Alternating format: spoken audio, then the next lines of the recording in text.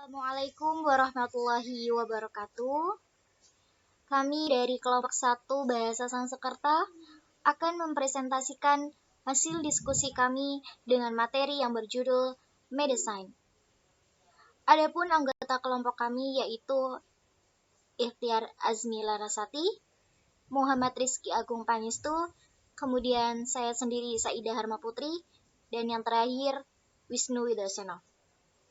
Untuk penjelasan yang pertama akan disampaikan oleh teman kami, Muhammad Rizky Agung Pangestu.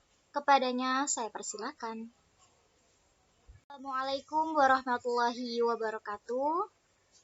Kami dari kelompok 1 Bahasa Sanskerta akan mempresentasikan hasil diskusi kami dengan materi yang berjudul Medicine.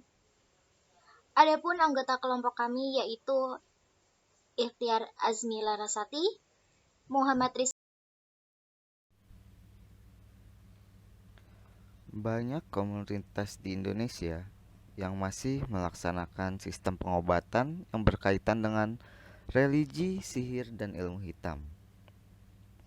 Kehadiran para pawang atau bumur banyak yang begitu kuno, sehingga mereka mendahului munculnya agama Islam dan kadang-kadang bahkan sangat bertentangan dengannya.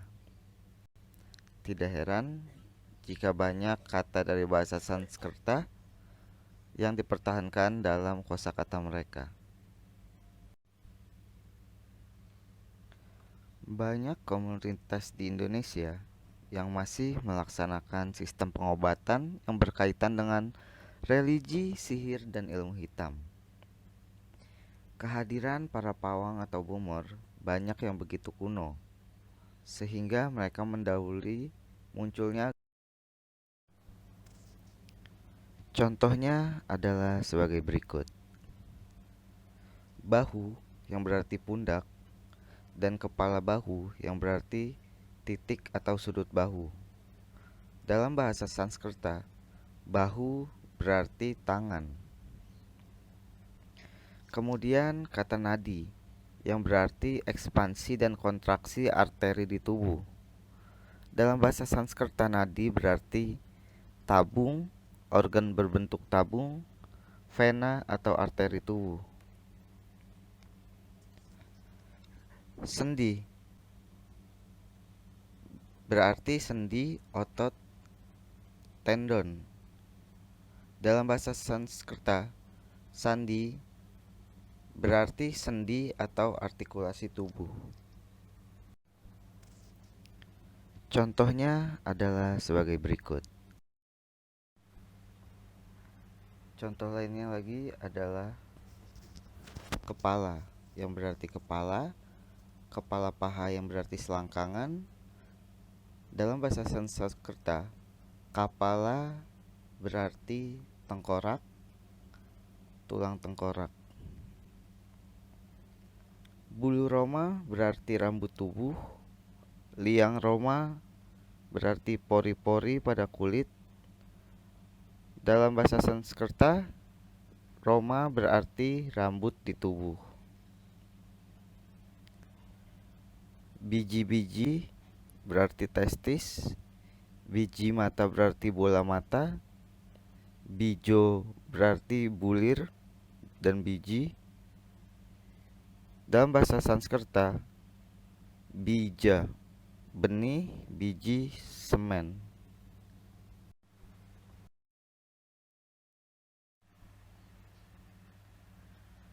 Raja singa yang berarti penyakit sifilis.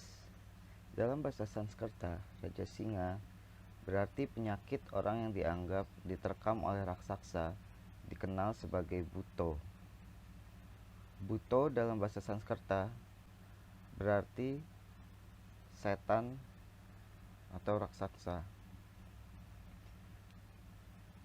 Naga balun, binatang mengerikan seperti naga gunung yang diyakini menghancurkan musuh dengan pukulan ekornya, dan efek terdiri dari cengkraman atau tembakan rasa sakit di tubuh. Naga dalam bahasa Sanskerta berarti ular raksasa. selesema atau sema-sema. Berarti pilek di kepala, radang selaput lendir di hidung. Slesman dalam bahasa Sanskerta berarti lendir. Dalam bahasa Sanskerta, tuna berarti luka, potong. Merka dalam bahasa Indonesia berarti limbung, gontai. Murca dalam bahasa Sanskerta berarti pingsan, limbung.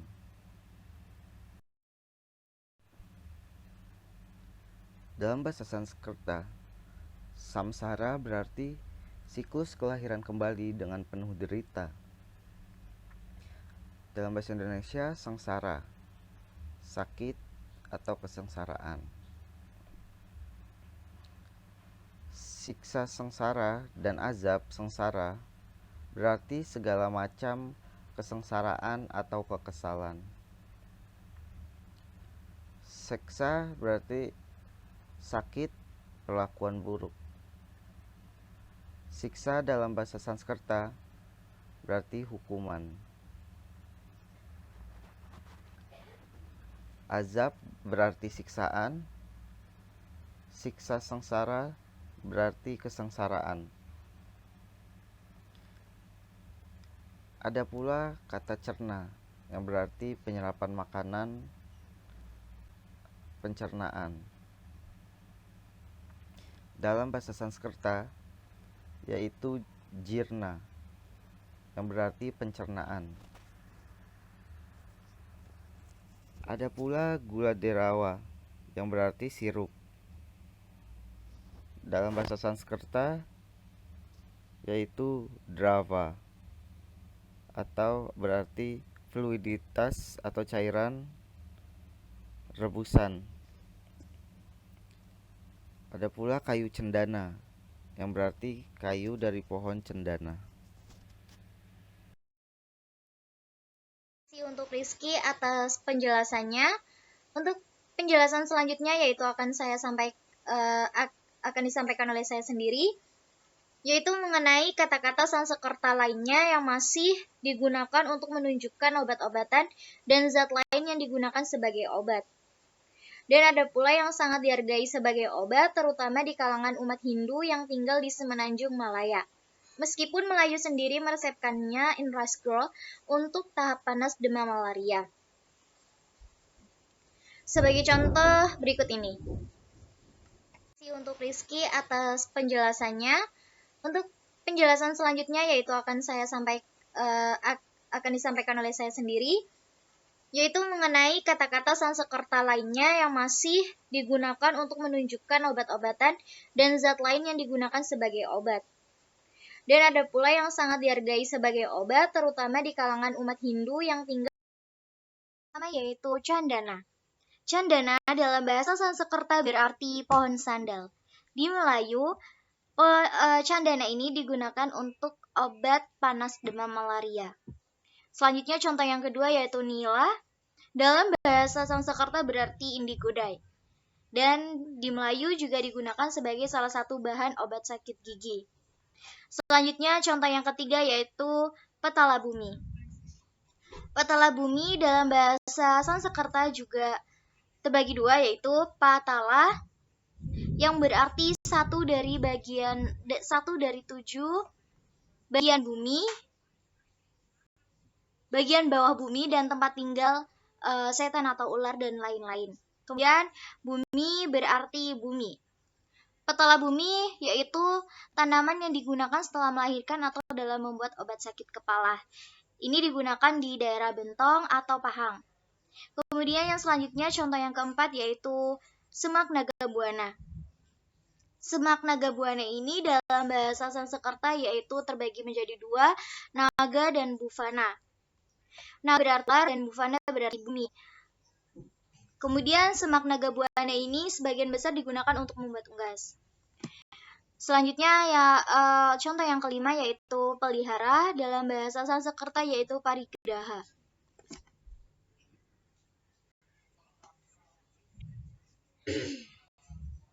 Graha ini yaitu sebuah rebusan yang diberikan setelah melahirkan.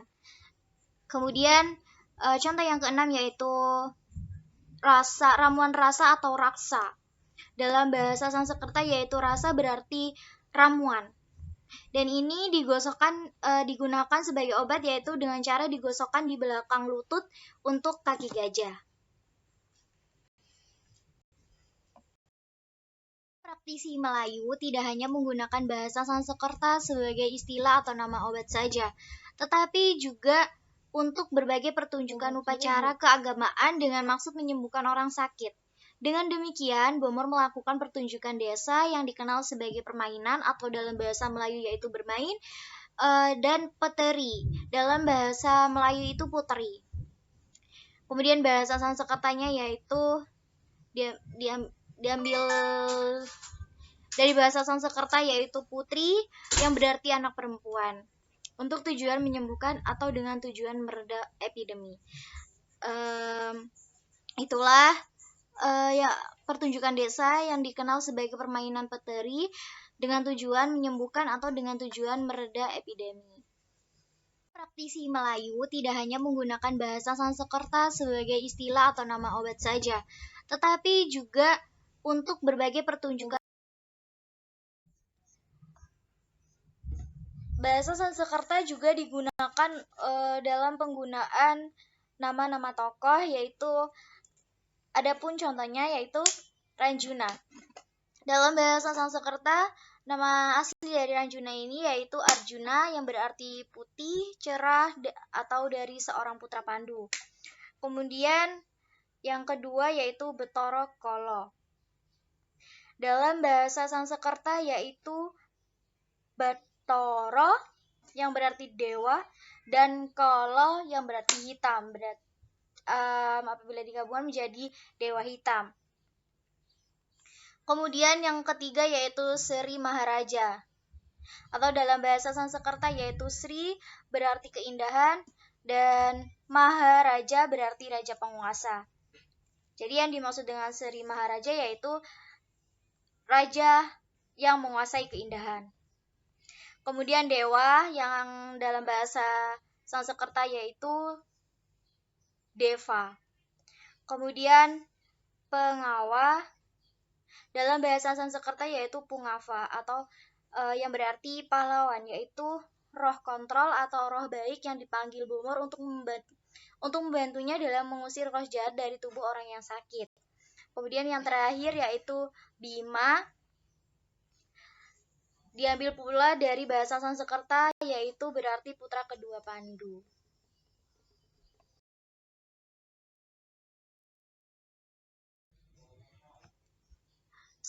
Contoh selanjutnya yaitu Dewa Bentara Narada. Narada dalam bahasa Sanskerta yaitu berarti dari Devarsi yang sering turun ke bumi untuk melaporkan apa yang sedang terjadi di surga dan kembali untuk menceritakan apa yang terjadi di bumi. Kemudian Dewa Sang Samba. Samba dalam bahasa Sanskerta yaitu berarti putra Krishna dan Jambavati. Kemudian contoh yang terakhir yaitu Derhaka atau Durhaka. Dalam bahasa Sanskerta yaitu Droha yang berarti cedera, pengkhianatan, atau penuh bermusuhan. Kemudian ganas, dengki, atau bertindak jahat. Kemudian untuk penjelasan selanjutnya akan disampaikan oleh teman kami, yaitu Mbak Ikhtiar Azmi Larasati. Kepadanya saya persilakan. Penggunaan bahan-bahan obat-obatan dilakukan setelah adanya orang-orang yang berpengetahuan medis. Namun, tak dipungkiri jika mereka masih melakukan berbagai ritual magis religius dengan tujuan untuk menyembuhkan orang yang sakit, kemudian juga doa-doa yang panjang untuk pengusiran setan, dan doa-doa lainnya yang merupakan bagian dari upacara ritual yang dilakukan oleh masyarakat setempat. Upacara dan tradisi yang masih dipakai merupakan sinkretisme dari unsur-unsur Indonesia, Hindu, dan Muslim. Seorang penguasa dari Melayu mengungkapkan tentang bayangan Tuhan yang berada di bumi, tetapi sebelumnya ia menganggap bahwa hal tersebut sebagai sebuah reinkarnasi dewa Hindu atau Buddhis untuk mencocokkan konsepsi India tentang raja perantara yang menjadi dukun Melayu. Seiring dengan berkembangnya zaman dan ilmu pengetahuan, saat ini sistem pengobatan di Indonesia sudah menggunakan obat-obatan yang diracik. Tetapi masih ada juga yang mempercayai dukun untuk mengobati penyakit walaupun sudah tidak banyak. Kata serapan bahasa Sanskerta yang masih digunakan hingga kini yaitu sakti, bumi, kalantara, kala, panca, indria, dan mantra. Kata serapan bahasa Sanskerta yang masih digunakan hingga kini yaitu sakti, bumi, kalantara, kala, panca, indria, dan mantra. Kata serapan bahasa Sanskerta yang masih digunakan hingga kini yaitu sakti, bumi, kalantara, kala, panca, indria, dan mantra. Kata serapan bahasa Sanskerta yang masih digunakan hingga kini yaitu sakti, bumi, kalantara, kala, panca, indria, dan mantra. Kata serapan bahasa Sanskerta yang masih digunakan hingga kini yaitu sakti, bumi, kalantara, kala, panca, indria, dan mantra. Kata serapan bahasa Sanskerta yang masih digunakan hingga kini yaitu sakti, bumi. Membahas tentang kata serapan Sanskerta Indonesia pada bagian literatur pengobatan medis di Nusantara sendiri tidak luput dari literatur medis di Bali. Literatur medis di Bali ini tertulis pada manuskrip Usada yang juga berasal dari kata serapan yaitu Ausada yang berarti herbal, ramuan herbal, atau obat. Kata serapan bahasa Sanskerta lainnya itu adalah sebagai berikut. Anusada atau nusada itu pergi untuk obat-obatan. Visada yaitu relaksasi, kelesuan, keputusasaan, kecewaan, ataupun jijik. Mala yaitu kotoran, kenajisan, atau sekresi tubuh. Dharma yaitu norma ataupun hukum. Buddha yang tercerahkan. Kucapa yaitu pura-pura. Sara itu intisari maupun esensi. Vanaspati yang berarti pohon hutan besar yang menghasilkan buah terlihatnya seperti tanpa bunga. Rajapati yaitu penguasa makhluk. Jenius memimpin prokrasi, pelindung kehidupan. Terus ada akasa yaitu ruang angkasa ataupun langit dan sebagainya, yang masih kata-kata Sanskerta tersebut masih digunakan pada manuskrip pengobatan medis di Bali. Baik, terima kasih.